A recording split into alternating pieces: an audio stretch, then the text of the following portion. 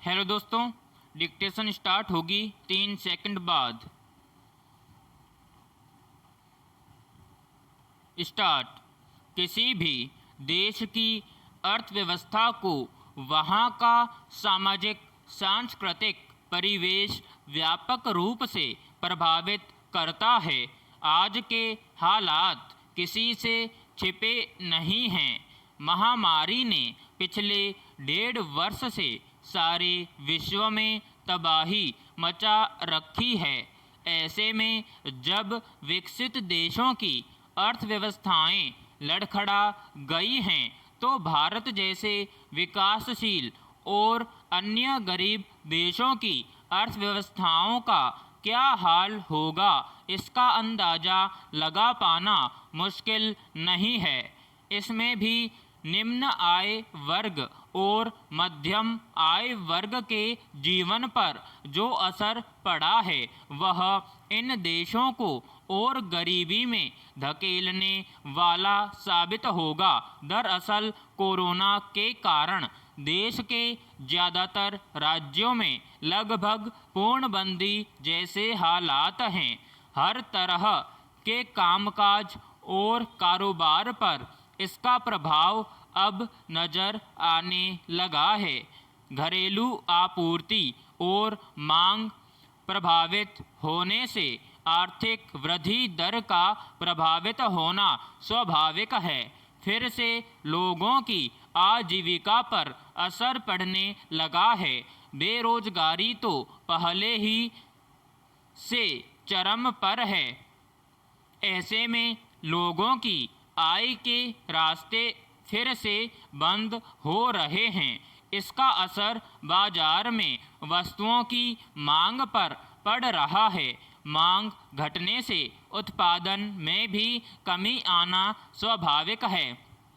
यानी हम एक बार फिर से उसी संकट की ओर बढ़ रहे हैं जिससे पिछले साल रूबरू हो चुके हैं। पैराग्राफ।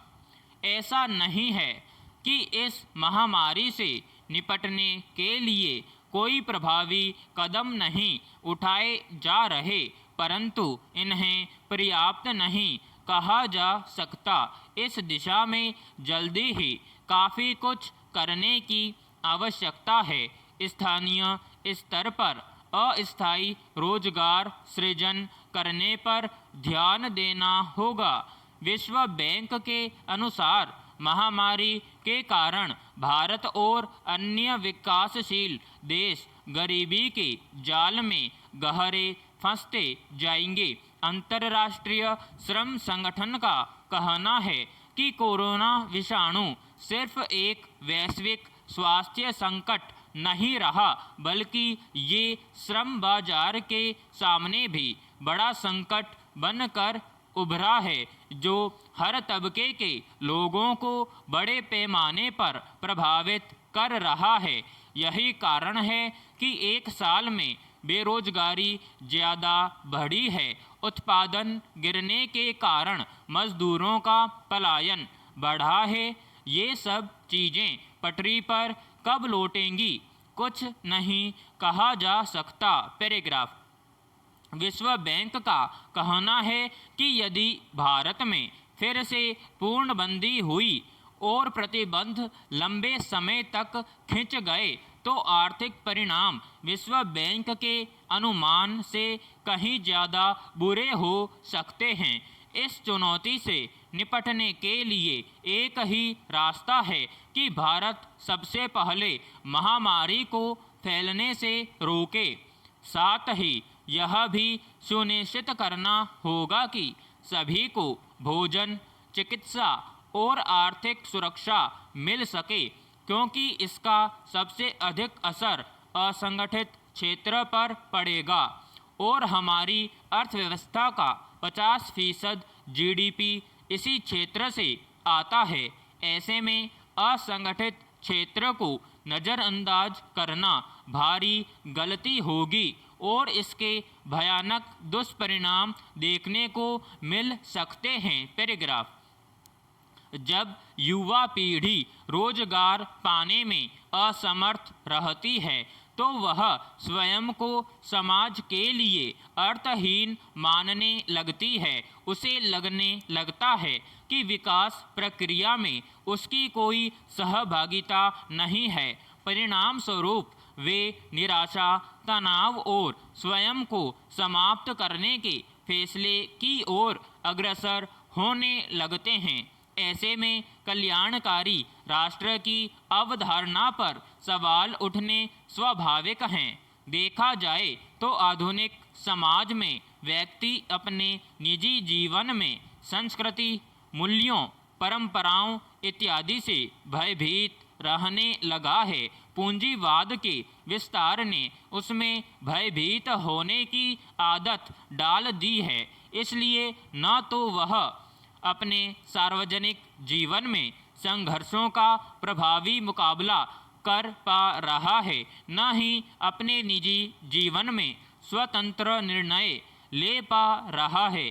इन पक्षों ने व्यक्ति को असुरक्षित, भयभीत और कहीं न कहीं हिंसा की वैधता का समर्थक बनाया है। पैराग्राफ।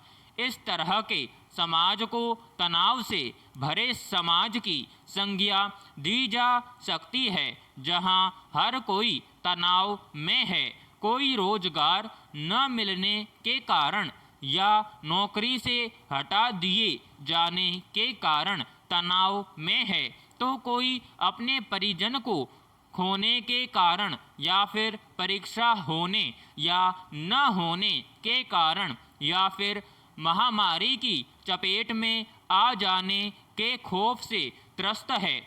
ऐसे में राज्य, समाज और प्रशासन को इस दिशा में गंभीरता से सोचने की आवश्यकता है। पहले ही बहुत देर हो चुकी है। अब इन सब मुद्दों को केंद्र में लाने की जरूरत है। अकादमिक चिंतन और व्यापक विमर्श होना चाहिए, जिसमें सभी वर्गों की भागीदारी सुनिश्चित हो।